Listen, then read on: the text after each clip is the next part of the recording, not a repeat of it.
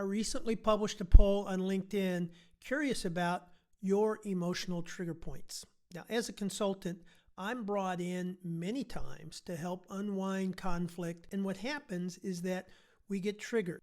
Each of us has certain areas that we can be emotionally triggered, get defensive, and it can lead to conflict. I use a model developed by Dr. Jim Osterhaus. It's called red zone, blue zone. I'll wait for a future post to describe what red zone conflict is like in blue zone, but briefly, red zone conflict is when it gets defensive and personal. Blue zone conflict is when you can channel triggered emotion to productive dialogue.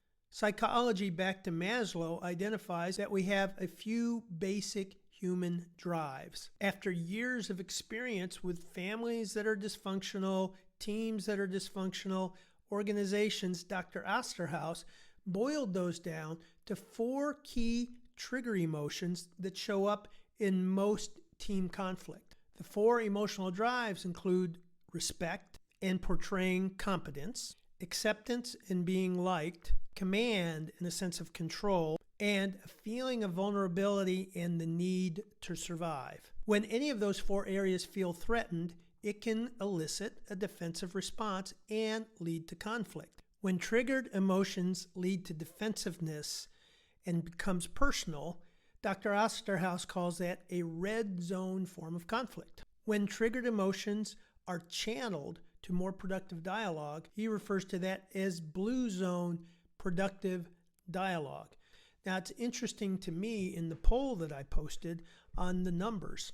After 3,700 views, 37% are saying that respect and competence, or being smart, is the number 1 trigger point they have. Number 2 at 27% is being liked or finding acceptance. Number 3 at 22%, which surprises me as how high it is survival, kill or be killed, win or lose. And the 4th one at 16% is maintaining control and taking command. Now, these results are only 6 hours in, and this is a week poll, so I may come back and have completely different numbers.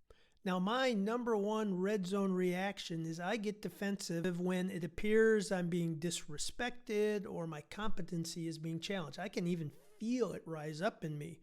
And over time, not all the time, but over time, I put on the curiosity hat to find out where that's coming from.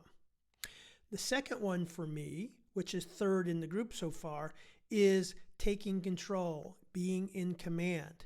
Now, if you look at my Clifton Strengths, which is one of the tools we help teams gain awareness around their dominant emotional trigger point, you look at my strengths, 75% of my strengths are in that cognitive zone, and 25% are in the get it done zone.